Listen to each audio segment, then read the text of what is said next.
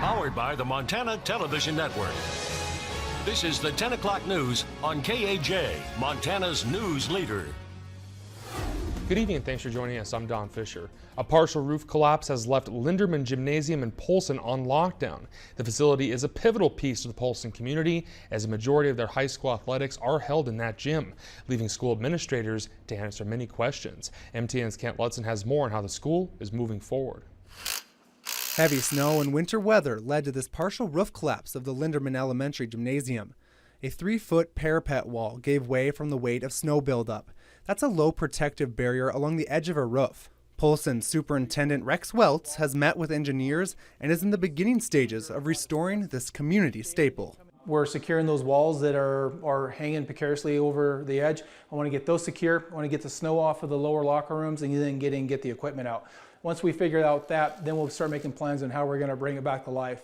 Unsure of the exact rebuilding timeline, Welts says the school has set up 600 feet of panel fencing surrounding the gym to help keep students and Polson residents out of harm's way. Now, as the classrooms and everyday student space is a separate structure from the gymnasium, engineers in the school want to reassure parents their kids are safe attending Linderman Elementary.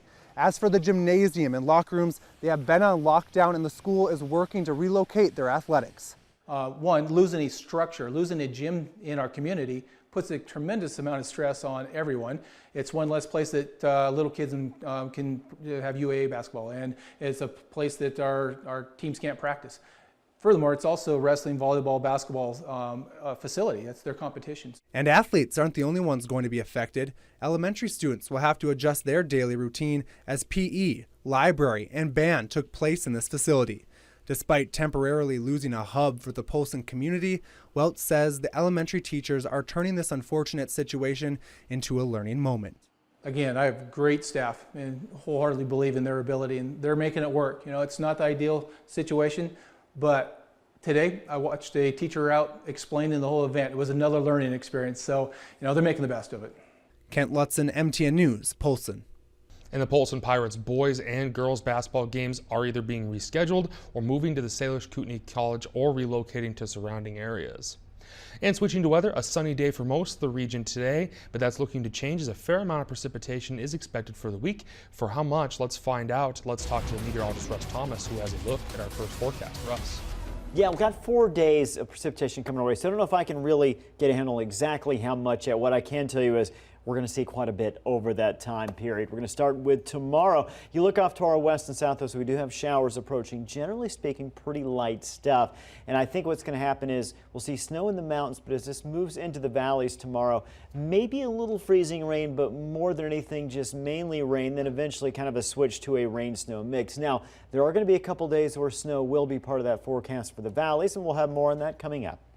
All right, thank you, Russ. Scientists believe they might have found a useful tool in efforts to detect and stop the spread of invasive mussels into Montana and into the Columbia Basin. But agencies say it's not going to immediately replace boat inspections and plankton sampling as the first steps to find these mussels.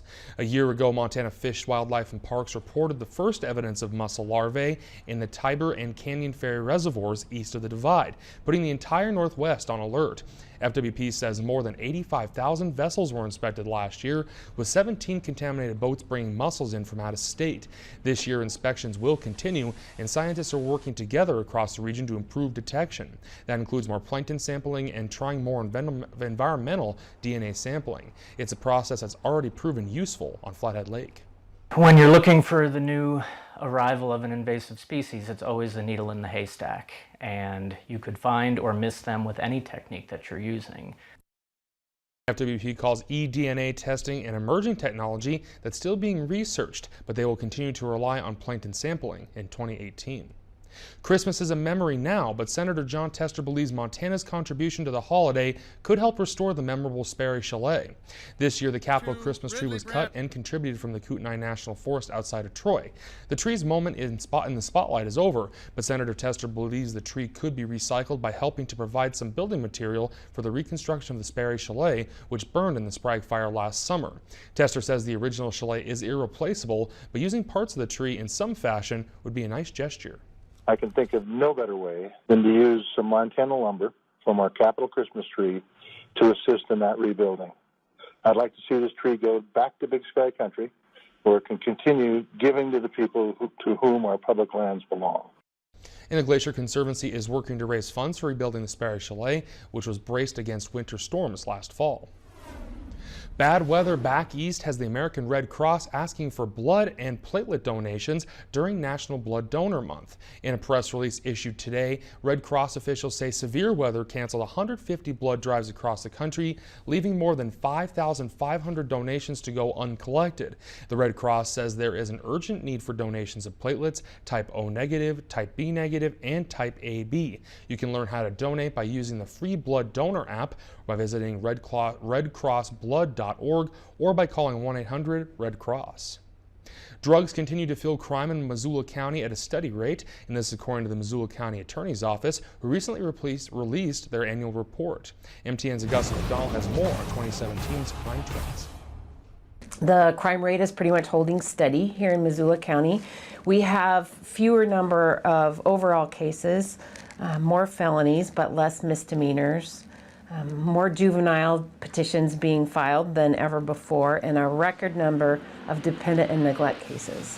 The methamphetamine epidemic in Montana continues to be linked to this increase. Dependent neglect cases have risen from 110 in Missoula County in 2012 to 195 cases in 2017. She says in 2018 they're prioritizing their response to helping the most vulnerable. In these cases, it's kids. PAB says one of the new elements of the report this year shows the number of involuntary commitments. That is, people who are sent to institutions like Warm Springs. 1/3 of that number is people who are living with homelessness. They work with Western Montana Mental Health to screen people for treatment.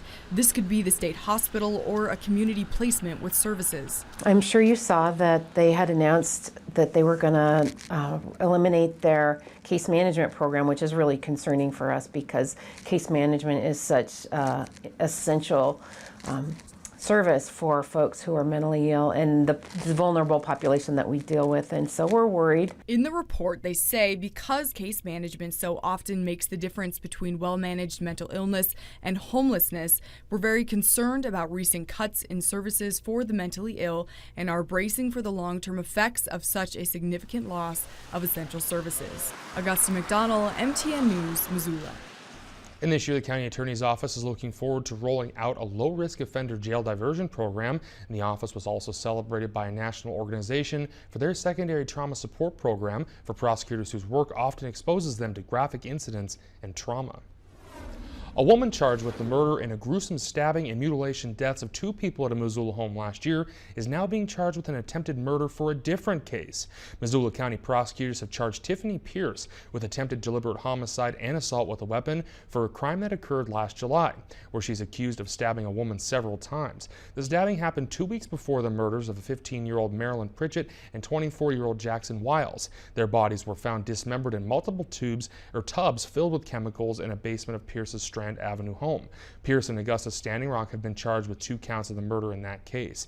In search warrants obtained by MTN News, the woman stabbed was watching the house of a friend who was out of town. In the search warrant, the woman told police that Pierce and Standing Rock came to the home on Montana Street demanding money and drugs.